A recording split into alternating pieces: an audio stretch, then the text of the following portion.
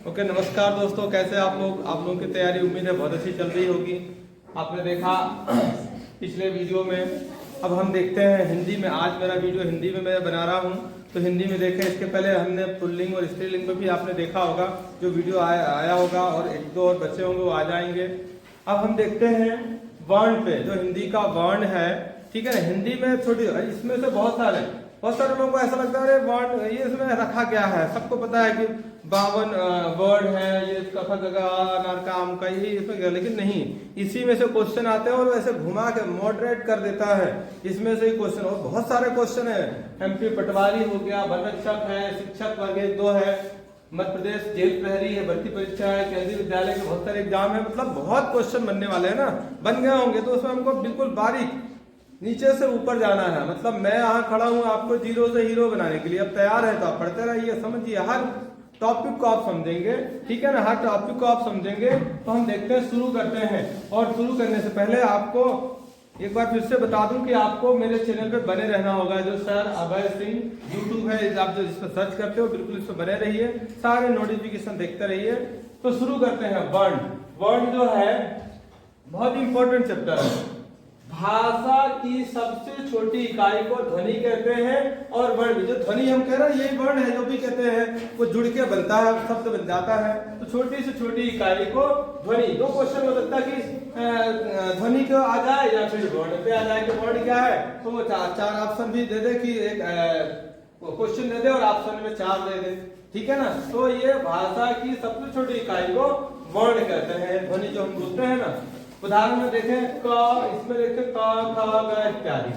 अब मैं यहाँ लिख दिया हूँ नोट में कि भाषा की वह छोटी इकाई जिसके टुकड़े नहीं, मतलब अब ये क है, इसके टुकड़े हम नहीं कर सकते, इसको तोड़ नहीं सकते हैं। शब्द यदि राम है तो उसको तोड़ देंगे, अलग अलग कर देंगे, भले उसका शब्द आया ना, उसका वो अर्थ आए या ना आए, लेकिन तोड़ सकते हैं। जैसे कमल को भी तो पता, तो यहाँ क है, अब इसको हम तोड़ ही नहीं सकते हैं, इसको नहीं तोड़ सकते। तो वही कह रहा है, भाषा की वह छोटी इकाई जिसके टुकड़े नहीं किए जा सकते वर्ण कहलाता है। तो आपको याद रखना है। हो सकता है कि इसमें क्वेश्चन बन के दे दे कि जो वर्ण क्या होता है। अब जैसे उदाहरण देखो, पवन, प धन आ धन व धन आ धन ना, सब में ये लगा रहेगा। यदि हम इसको तोड़ दे तो इस प्रकार से तैयार हो जाता है। तो ये जुड़ता है, ये पवन बन जाता है। इसी प्रकार हम देखें हिंदी वर्णमाला में, सबको पता है फिर भी लिख दिया मैंने, कुछ लोग भूल जाल ना जाए।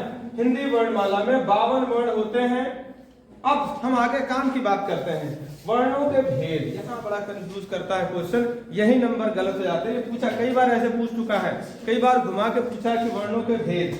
तो वर्णों के 2 भेद होते हैं, हमें पता होना चाहिए कि वर्णों के 2 भेद होता है, एक स्वर और दूसरा व्यंजन होता है। तो और आगे इसी में देखते हैं। इस प्रकार हम छोटी छोटी चीजों को अध्ययन करेंगे।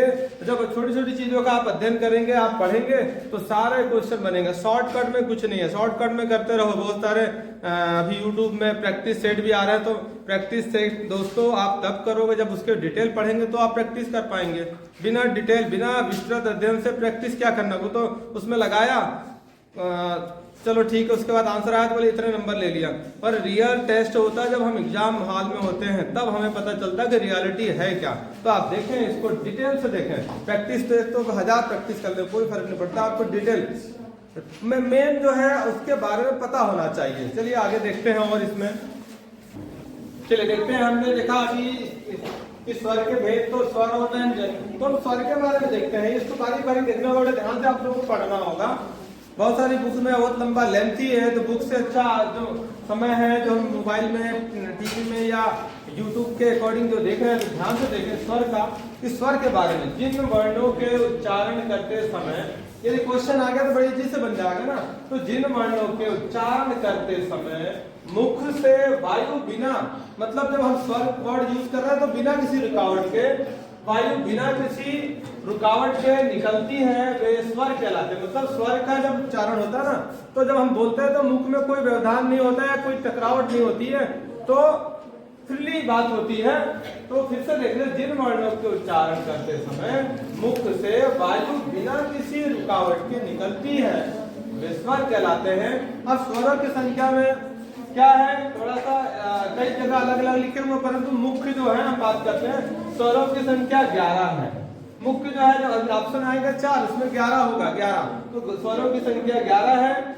दो जो जुड़े हुए इसके बारे में बताता हूँ, दोनों मिला के 13, परंतु मुख्य जो है स्वरों की संख्या होती है 11। तो उस 11 में जैसे आ अनार का आ, छोटा ई, बड़ा ई, ऊ, ये बड़ा ऊ, ऋषि का ए, एड़ी का ए, बड़ा ओ और ओ, ये हो गया। हमने 11 देखा, 1 2 3 4 5 6 7 8 9 10 11।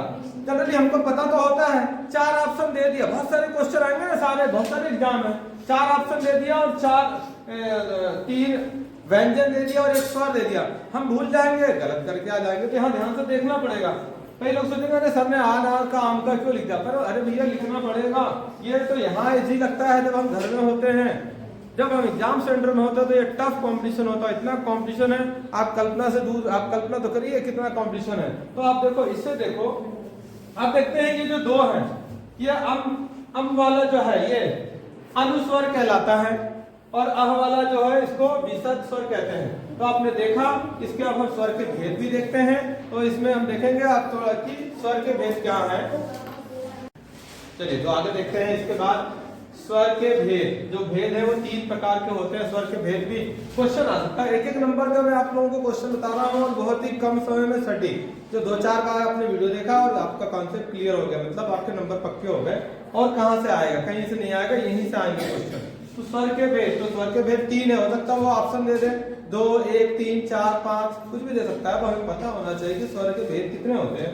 तो स्वर के भेद यहाँ 1 ह्रस्व स्वर, दूसरा दीर्घ स्वर और तीसरा प्लुत स्वर हो गए। 3 भेद होते हैं। तो इसके 3 भेद होते हैं,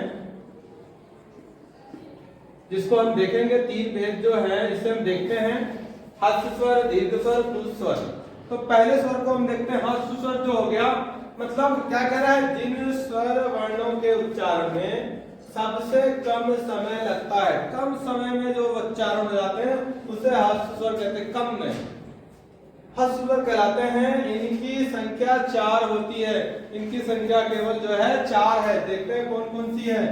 आ, ई, ऊ और री ऋषि का आ सभी छोटे छोटे वाले हैं, तुरंत हो जाता है। आ, ई, ऊ, री ऋषि का छोटा आ, छोटा ई और ऊ, जिसमें आ की मात्रा का कोई समावेश नहीं, बड़ी नहीं है, छोटी है।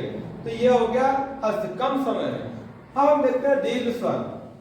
हो सकता है कि क्वेश्चन में वो चारों संख्या पूछ ले, आ, ई, ऊ, री, या बदल कर दे। तो क्वेश्चन तो बहुत सारे आएंगे, हिंदी में भी ये तो ये जो है ना, जो स्वर, अब जैसे ये 4 आ, ई, ऊ और री ऋषि का 4, एक क्वेश्चन बना देगा, उसमें दे देगा भैया इनकी ह्रस्व स्वरों की संख्या कितनी है।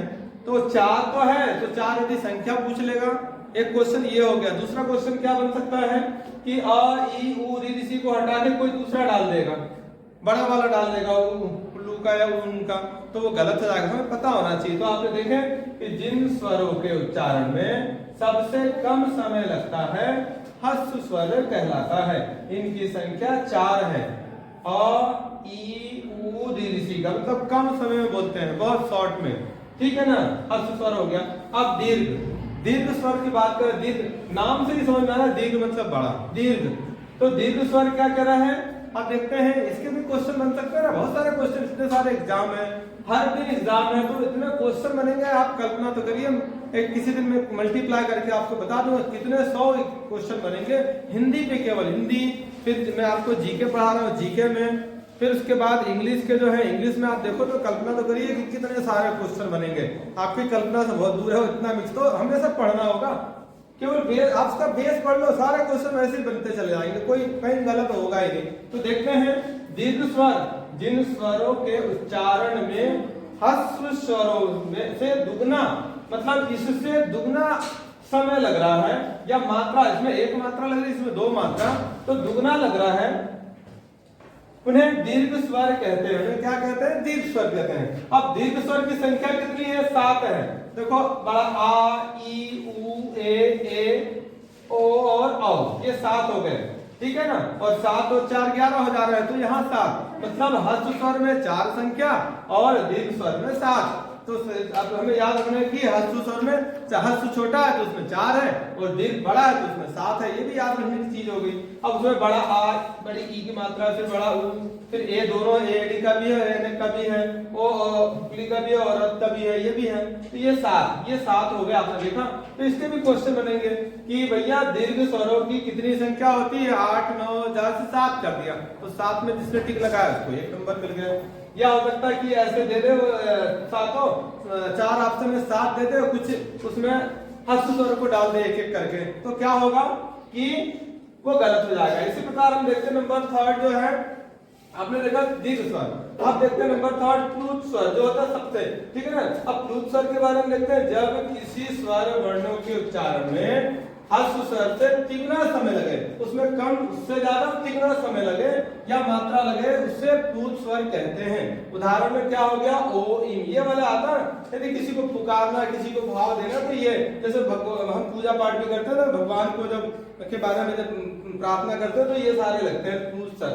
मतलब प्लुत स्वर हो गया जब किसी स्वर वर्णों के उच्चारण में ह्रस्व से तिगुना समय या मात्रा लगे, उसे प्लुत स्वर कहते हैं। तो आपने देखा दोस्तों स्वर को, तो भी इसमें और थोड़ी सी होगी और बना देंगे। तो आज हमने देखा स्वर को देखा, इसके बाद हम व्यंजन को भी देखेंगे। इसके कुछ उदाहरण मैं आपको वीडियो में डालते रहूंगा, तो हम मेरे वीडियो से बने रहें, आप देखते रहें और उस पर सर्च करो, वीडियो को पूरा देखें।